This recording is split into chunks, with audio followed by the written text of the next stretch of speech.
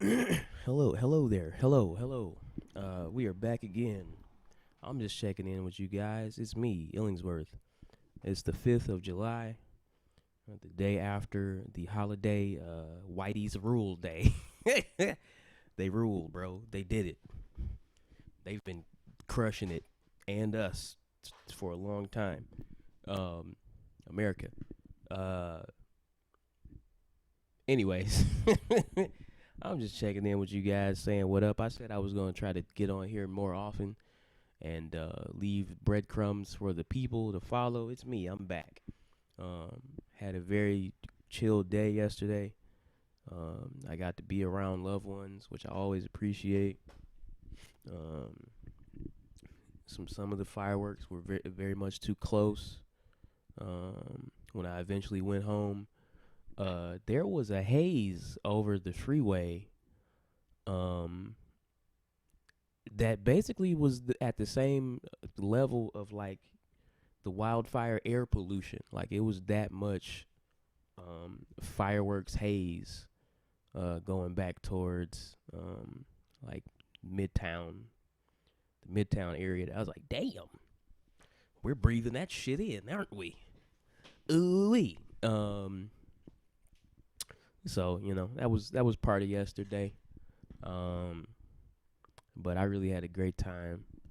My friend has been telling me about this game for a very long time called Project L. Um, like they've been super excited about it, and you know, hearing them talk about it, I was like, oh, that's cool. So I eventually like looked up the game on the internet. Where else would I look it up, right?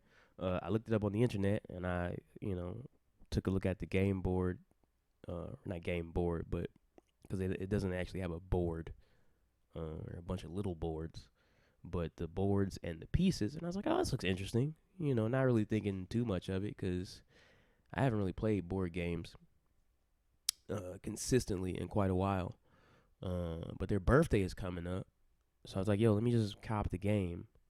Um, since it sounded like they weren't going to have a chance to grab it themselves anytime soon. Or maybe they would. I mean, they could have grabbed it the way I did, but they didn't. But they said how much they liked the game. So I was like, let me do something nice. Get this game. Got the game. Um, I enjoyed this game so much to the point where they felt like I might like the game more than they did now, which is kind of hilarious. But the game was pretty dope. The pieces kind of look like all the standard Tetris pieces, and you use them to solve these puzzles and get points. Um, in that way, the game is very straightforward, but um, given that it has like a certain number of shapes and pieces and a certain number of ways that each piece can be spun around, similarly to Tetris, the game has a very like mathematical um, form where like if you wanted to be a real game nerd, you could probably write some kind of paper about like you know the mathematical uh, skeleton that this game's muscles grow upon. Really fun game. I spent a long time just playing with the pieces to the game as well. Like it's very tactile, and placing the pieces feels very satisfying. It kind of reminds me of the satisfaction, uh, like the sensory satisfaction that one might get in playing like dominoes. That's a game that more people I'm sure are familiar with, where you get to hold some tiles. Um, for some people I'm sure that can be very satisfying to the senses, like holding your dominoes, rearranging them, placing them, etc. Similarly, this Project L game, touching those pieces was giving me that vibes. Not that I'm really a domino player. Like I've played dominoes, of course, black, uh, but it's never been one of those games that I had tons of people to play with or played often enough to be like, yeah, if I'm pulling up at the cookout or at the party or whatever, domino motherfucker. Like, no, it's not really me. But played them long enough to get that feel and to be able to make a juxtaposition.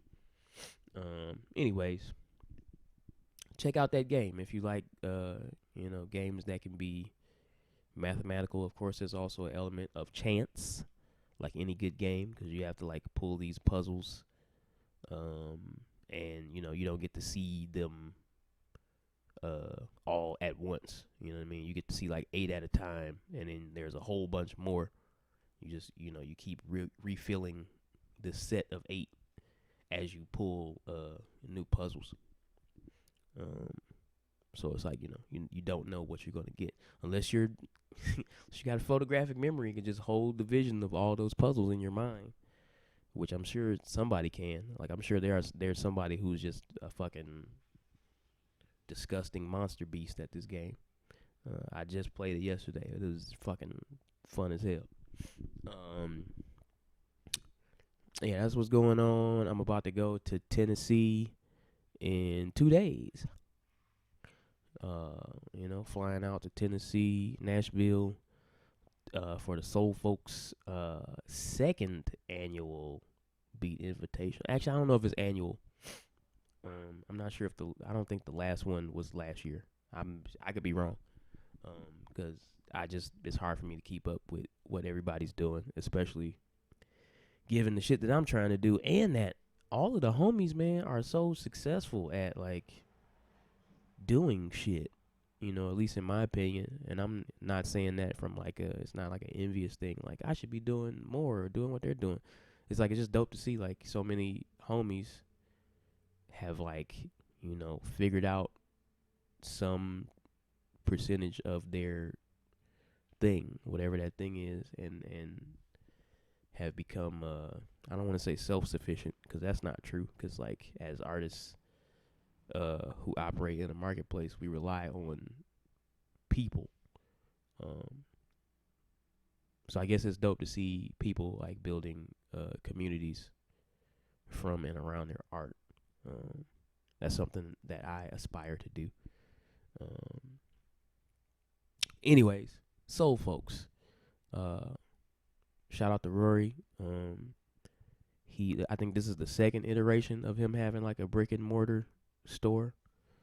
I think the previous one was in Portland, Maine. Was that northeastern United States? And now it's in Nashville, Tennessee, where he also resides. So I'm looking forward to going there and being there for a handful of days, couple days, 2 days and some change, I guess. I'm looking forward to the potential of making some tunes in person, because that can happen. Looking forward to playing the set. I don't even know how long of a set they want me to play, but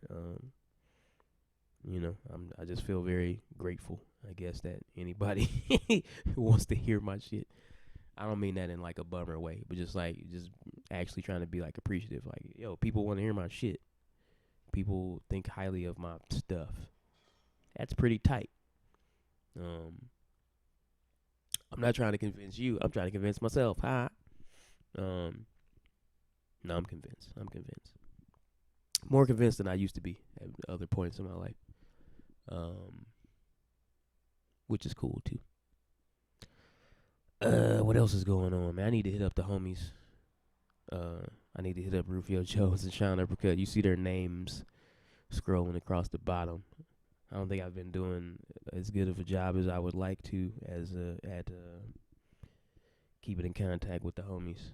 But also I'm juggling a lot of shit right now. I mean, I got some new bills, so I'm like probably gonna put out some music soon. Maybe today, maybe tomorrow, before I go on the trip. Because I like putting out music, but also because money, give me the money. I'm pretty sure I have my rent for this month.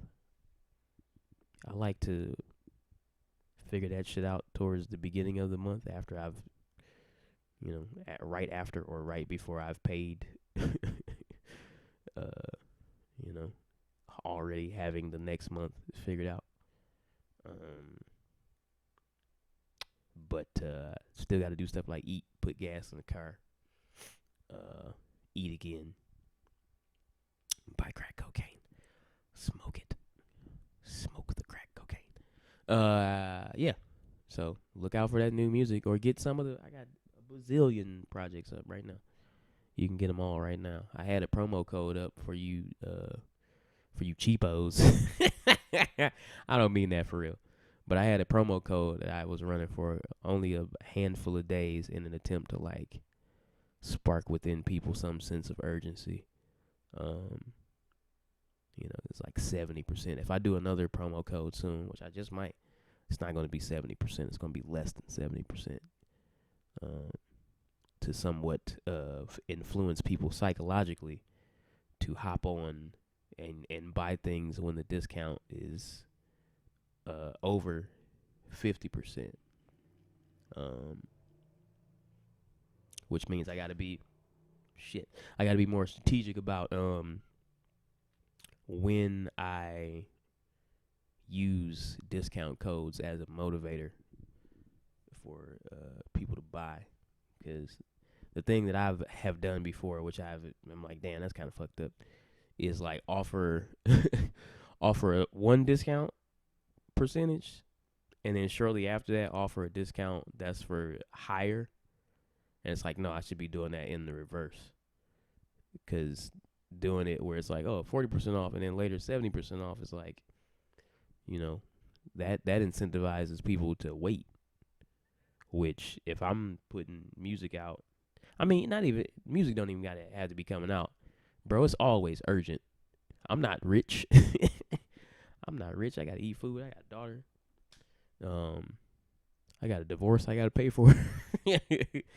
Like the paperwork. We're good. I don't have nothing to take, really. I'm poor.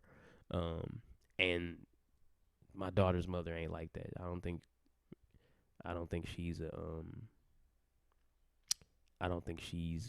as vindictive or vengeful or anything like that. I think we two people trying to figure out how to best work together to raise our insanely talented and also regular, just insane daughter into adulthood, and give her the tools that she needs to be able to like take care of herself.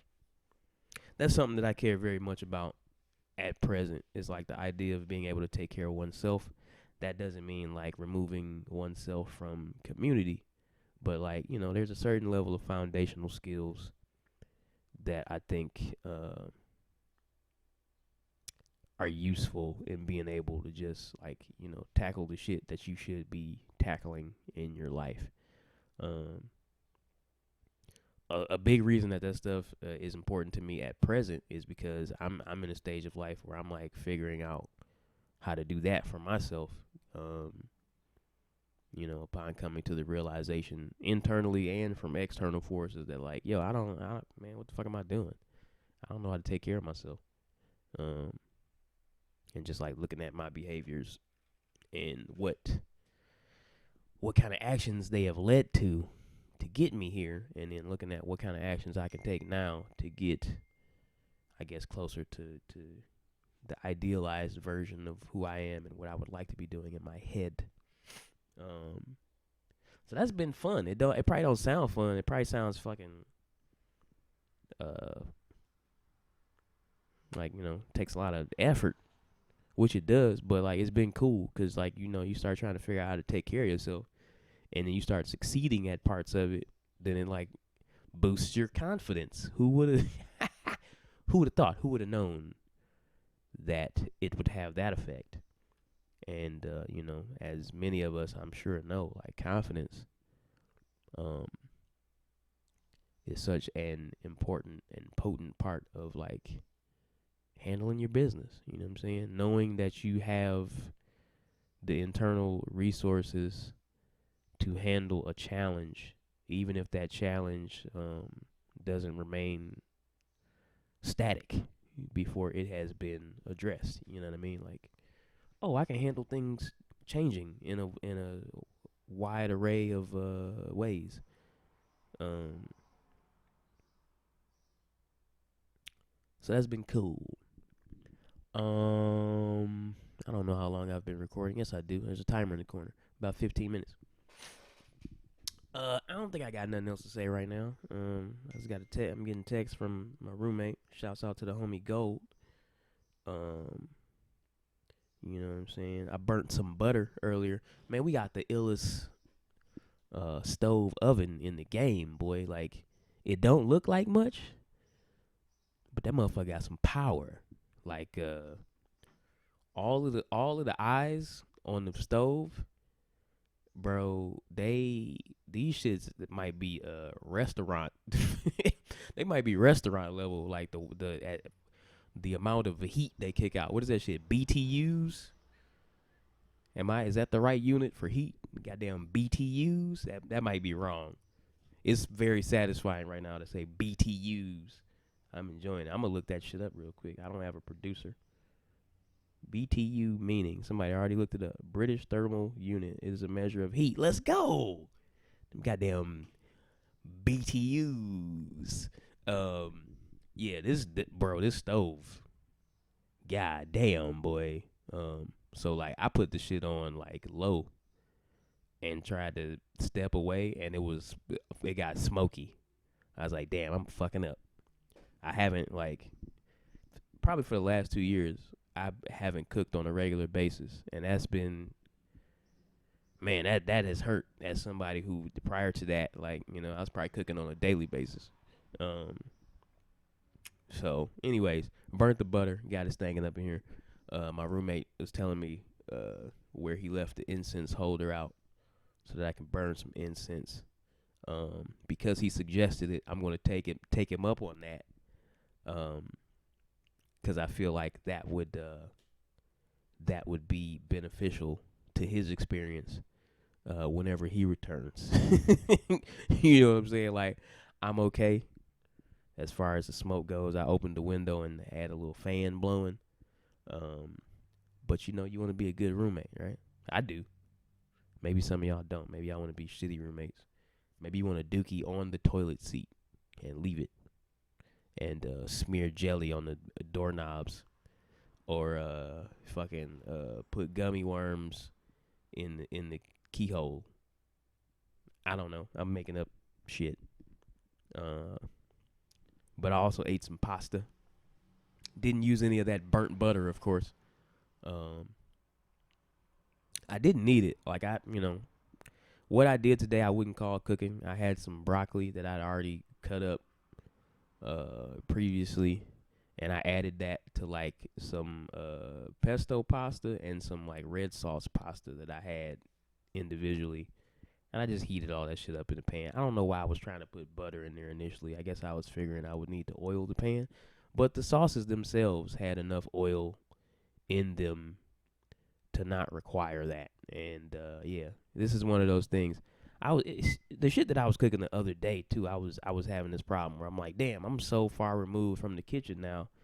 I'm not even thinking of like the order of operations properly for this shit. You know what I mean? Like, there's a certain order of operations when you're cooking things. Like, if something cooks quick, if you have two different things in your meal that cook at two different speeds, you don't want to heat up the thing that cooks quick first, or at least I don't.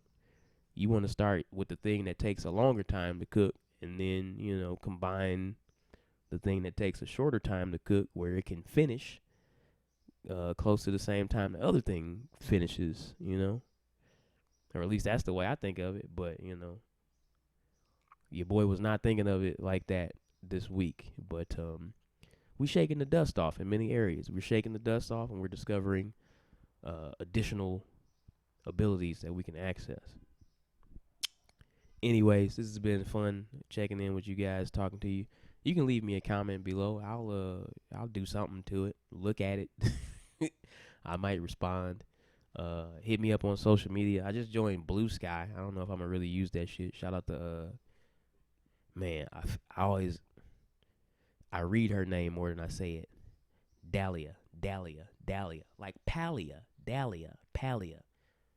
I'm sorry for calling you Dahlia. Dahlia.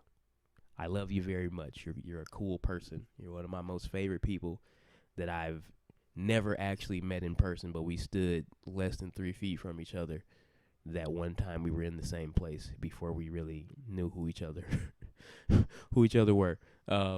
You're a great person. Shout out to Gabriel. Gabriel sent me a funny ass wrestling video.